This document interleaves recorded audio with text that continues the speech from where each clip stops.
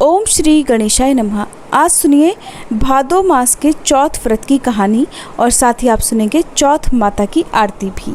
आज संकष्टी चतुर्थी है और आज भाद्रपद मास के कृष्ण पक्ष की चतुर्थी तिथि है।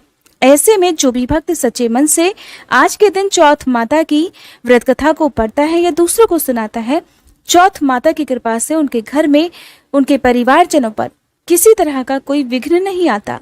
साथ ही चौथ माता सभी बच्चों की रक्षा भी करती हैं। आइए अब सुनते हैं चौथ माता की कथा।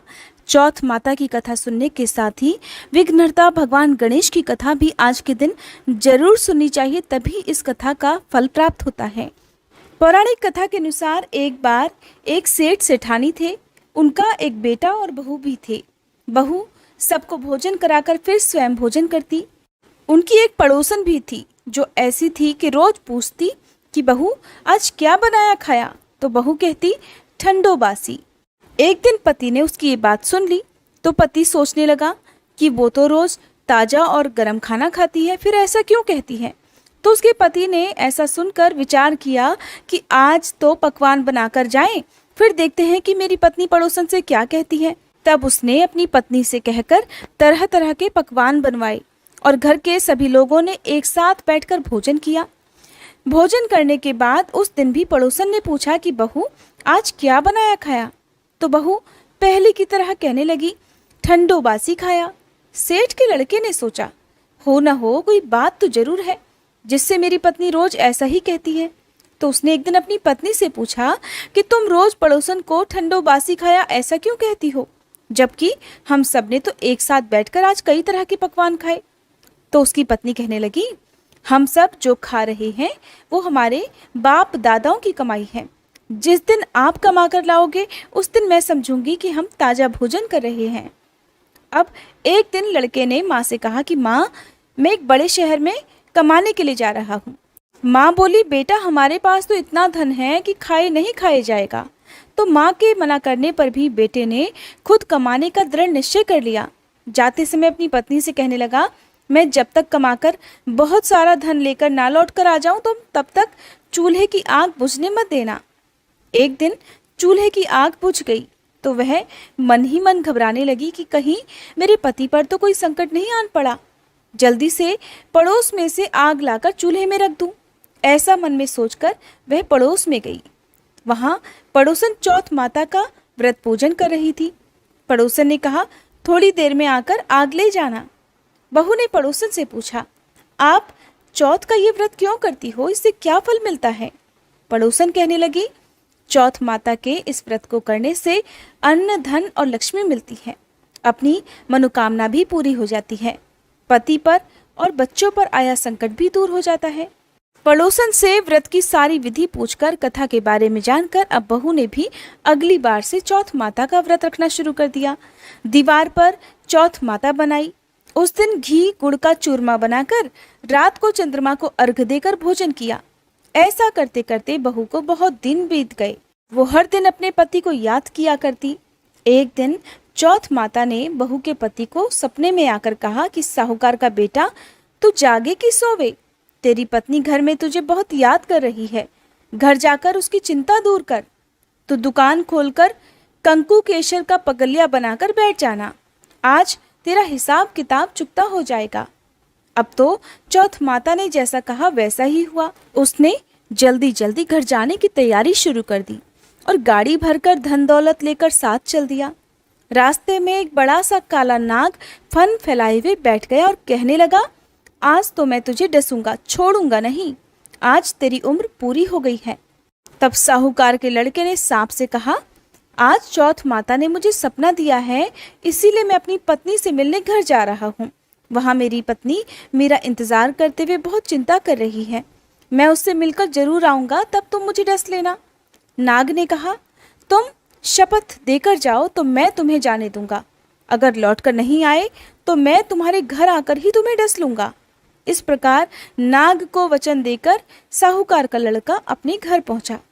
वहां सभी से हंसी खुशी मिला और भोजन करके उदास होकर बैठ गया। उसकी पत्नी ने उदास होने का कारण पूछा तो पति ने नाग वाली बात बताते हुए कहा कि अगर मैं उसके पास नहीं जाऊंगा तो वो तो घर पर ही आकर मुझे डस लेगा। उसकी पत्नी बहुत चालाक और समझदार थी। कहने लगी, आप बिल्कुल भी मत चिंता करिए, मैं आपको एक उपाय बताती हूँ, आप आराम से लेट जाओ। तब पत्नी ने कमरे की 7 पैड़ी, जिन्हें सीढ़ियाँ कहते हैं, उन्हें धो डाला।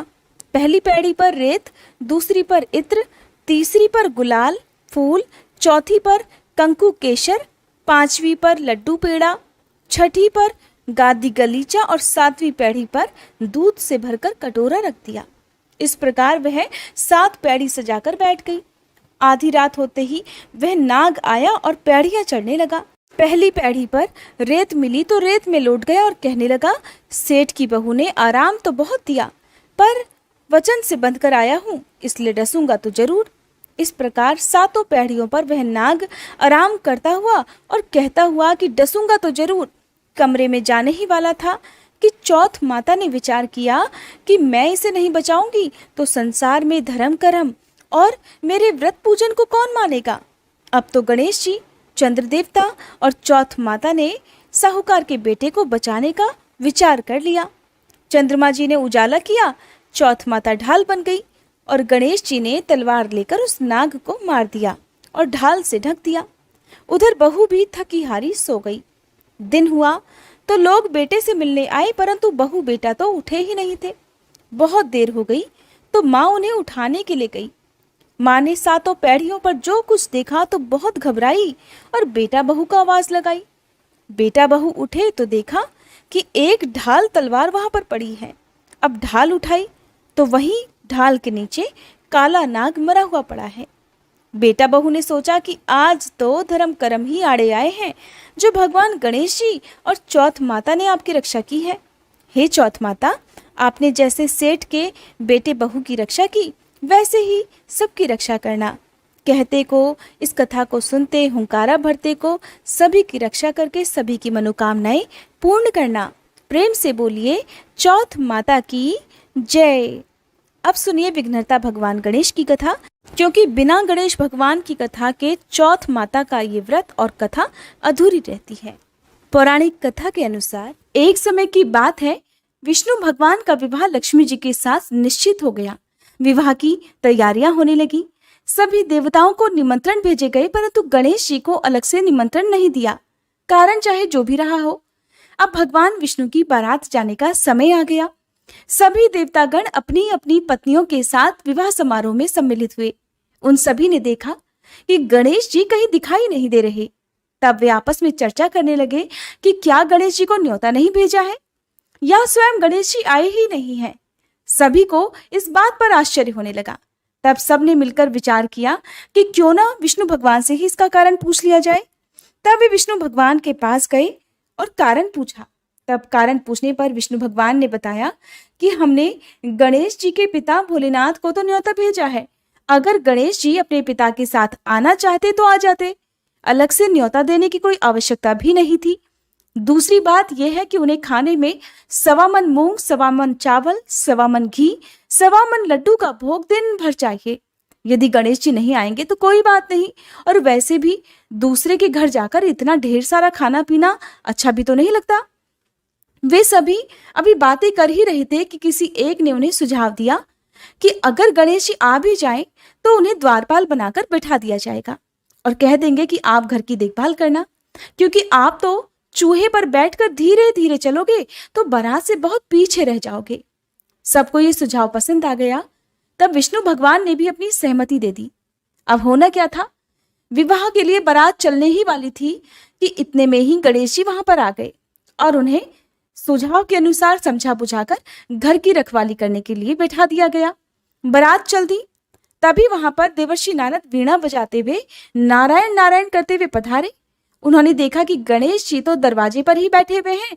तब उन्होंने मुस्कुराते हुए गणेश जी से उनके रुकने का कारण पूछते हुए कहा कि क्या बात है गणेश जी, आपको विष्णु भगवान अपनी बारात में लेकर नहीं गए? तो गणेश जी कहने लगे कि विष्णु भगवान ने तो मेरा बहुत अपमान किया है और इस प्रकार मुझे द्वार पर रखवाली करने के लिए बैठा दिया है। नारद जी मुस्कुराते हुए फिर से कहने लगे, कोई बात नहीं विघ्नहर्ता गणेश जी, आप अपनी मूषक सेना को आगे भेज दीजिए तो वह रास्ता खोद देगी, जिससे सभी बारातियों के वाहन धरती में धंस जाएंगे। तब तो सम्मान पूर्वक उन्हें आपको बुलाना ही पड़ेगा। अब गणेश जी ने नारद जी के कहे अनुसार अपनी मूषक सेना जल्दी से आगे भेज दी और देखते ही देखते उनकी मूषक सेना ने आगे की सारी जमीन पोली कर दी। कुछ देर के बाद जब बारात वहां से निकली तो रथों के पहिए धरती में धंस गए। सभी ने बहुत कोशिश कर ली किंतु पहिए नहीं निकले। सभी ने लाख प्रयास करे परंतु पहिए तो निकले नहीं बल्कि कई जगह से टूट गए। किसी की समझ में नहीं आ रहा था कि अब क्या किया जाए। तब तो नारद जी कहने लगे, आप लोगों ने गणेश जी का अपमान करके अच्छा नहीं किया। यदि उन्हें मनाकर लाया जाए तो आपका ये विघ्न दूर हो सकता है और आपका कार्य भी सिद्ध हो सकता है। सभी को नारद जी का सुझाव पसंद आ गया। तब भगवान शंकर ने अपने दूत नंदी को भेजा और वे गणेश जी को किसी प्रकार समझा बुझाकर अपने साथ ले आए।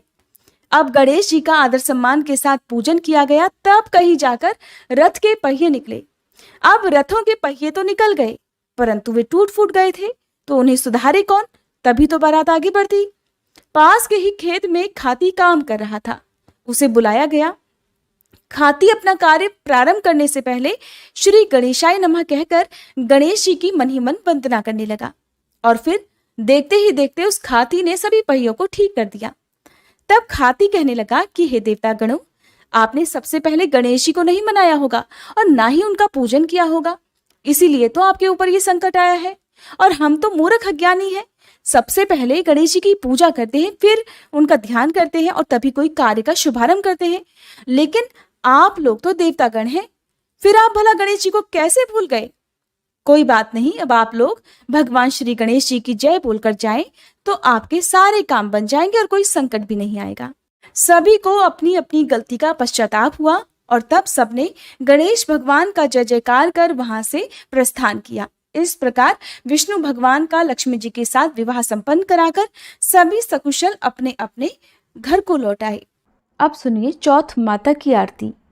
ओम जय श्री चौथ मैया, बोलो जय श्री चौथ मैया। सच्चे मन से सुमिरे, सच्चे मन से सुमिरे, सब दुख दूर भया। ओम जय श्री चौथ मैया। ऊंचे पर्वत मंदिर शोभा अति भारी, देखत रूप मनोहर, देखत रूप मनोहर, असुरन भयकारी। ओम जय श्री चौथ मैया। महासिंगार सुहावन, ऊपर छत्र फिरे, सिंह की सवारी सोहे, सिंह की सवारी सोहे, कर में खड्ग धरे। ओम जय श्री चौथ मैया। बाजत नौबत द्वारे, अरु मृदंग डैरू, 64 योगिनी नाचत, 64 जोगिन नाचत, नृत्य करत भैरू। ओम जय श्री चौथ मैया। बड़े बड़े बलशाली तेरा ध्यान धरे, ऋषि और मुनि नर देवा, ऋषि और मुनि नर देवा, चरणन आन पड़े। ओम जय श्री चौथ मैया। चौथ मैया की आरती जो कोई सुहागन गावे, बढ़त सुहाग की लाली, बढ़त सुहाग की लाली, सुख संपत्ति पावे। ओम जय श्री चौथ मैया। ओम जय श्री चौथ मैया। सच्चे मन से सुमिरे, सब दुख दूर भया। ओम जय श्री चौथ मैया। प्रेम से बोलिए चौथ माता की जय। उम्मीद है ये वीडियो आपको पसंद आई होगी।